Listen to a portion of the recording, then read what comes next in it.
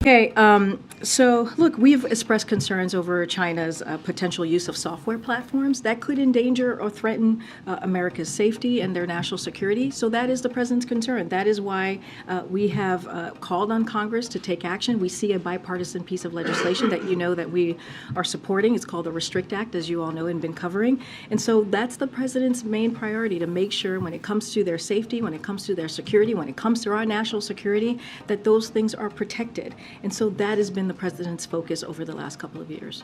Hey, y'all, come look at this. Last month, the president said he wasn't sure if the U.S. should ban TikTok when he was asked about this. Now, the administration seems to be hardening its stance. You're backing this legislation, as you mentioned. You know, we've learned, now warning that a possible ban could be at risk here. What changed? You can say that again. So look, when it comes to CFIUS, which is, I'm not going to get ahead of CFIUS, they're the ones who are reviewing this, this particular software and app, TikTok obviously, so not going to get ahead of their process. There's a process here. We try to stay away from that process. Again, going to support the bipartisan legislation that I've just spoke to. Look, the bottom line is that when it comes to potential threats to our national security, when it comes to the safety of Americans, when it comes to their privacy, we're going to speak out, and we're going to be very clear about that, and the president has been the last 2 years. And so we're asking Congress to act. We're asking Congress to move forward with this bipartisan legislation, the Restrict Act, as I just mentioned, and we're going to continue to do so. And just one more on this. China says that the U.S. hasn't presented evidence that this app threatens U.S. national security. They say that this is simply about suppressing foreign companies. Is there evidence that the U.S. has that has been presented? Hey, that's pretty good. Look, what I can say is CFIUS has a process that they're going through. We're going to let them go through their process. We have concerns, as we have said many times before, about this particular software platforms, and so we take the national security very seriously. The president takes that very seriously. The safety of Americans very seriously. The privacy of Americans very seriously. Here we go again. And so we're not going to get ahead of the review, but certainly we again support this bipartisan legislation that we're seeing out of Congress. Just continuing on the questions about the banking sector, so the Biden administration has expressed a lot of concern in the past about consolidation in other sectors. You've spoken about meatpacking, shipping, ocean shipping, oil companies.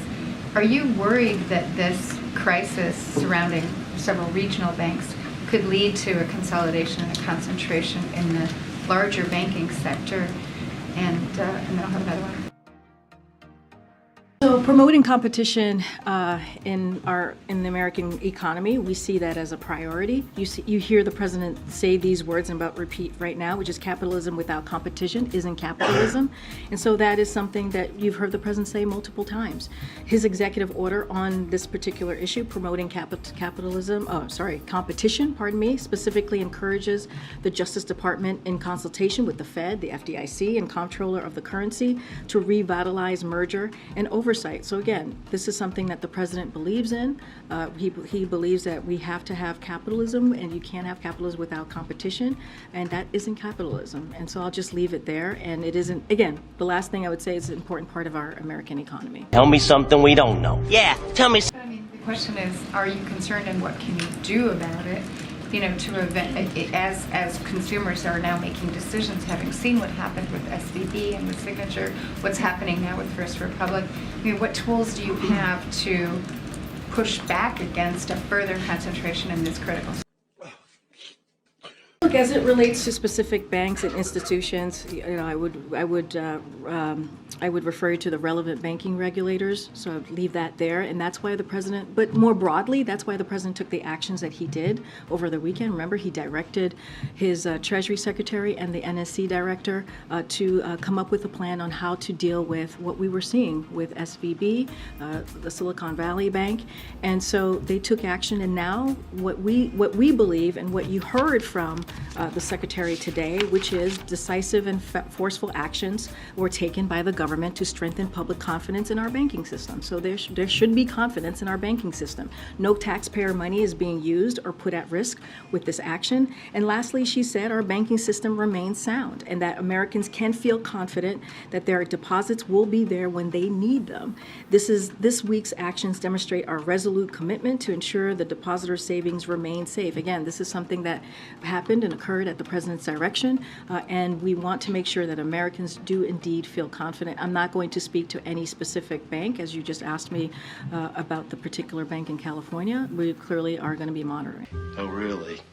Okay, and then just on the international front, on the banking sector, we've seen trouble now with Credit Suisse. The Swiss authorities are stepping in, offering a credit line.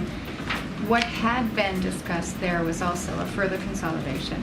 So the biggest bank in Switzerland, UBS, stepping in to aid Credit Suisse.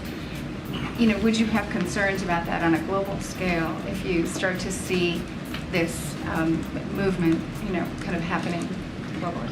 So, look, we're monitoring the situation. I know the Treasury has been in touch with their Swiss counterparts, which is important. And so we're glad that the Swiss Central Bank provided a reassurance in the form of a loan facility yesterday.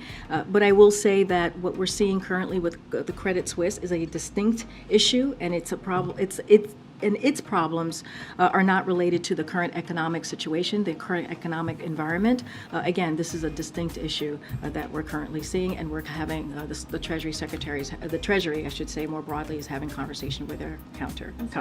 No, it's not. To the point, I just want to see what the Biden administration's policy on this is. Do you discourage further consolidation in banking globally or I in the would US? I would refer you to the Department of Treasury. They have been in close contact with their Swiss counterparts as it relates to this particular issue, this particular bank. But again, I want to be very clear. What we're seeing with the Credit Suisse is a distinct situation. It does not speak to the current economic environment that we're in. Whew. Now I feel better. Thanks, Karine. You referenced the Dodd-Frank rules just a few moments ago. Do you believe that Silicon Valley, excuse me, do you believe that Silicon Valley's bank's failure could have been averted had those Dodd-Frank rules not been rolled back during the previous administration? So right now, and the president said this in his remarks on Monday, that we got to get a full accounting of what happened. We need to know exactly what happened so we know who to hold accountable here. Right now, his economic team, the president's economic team, is focused on stabilizing the financial system and protecting depositors, not investors. We've been very clear about this. But again, it is not 2008. The banking system is far more resilient on a better foundation, thanks to the tough requirements that were put in place by the Obama-Biden administration. That doesn't make sense. I just said this moments ago. In 2018, we saw what the Trump administration did.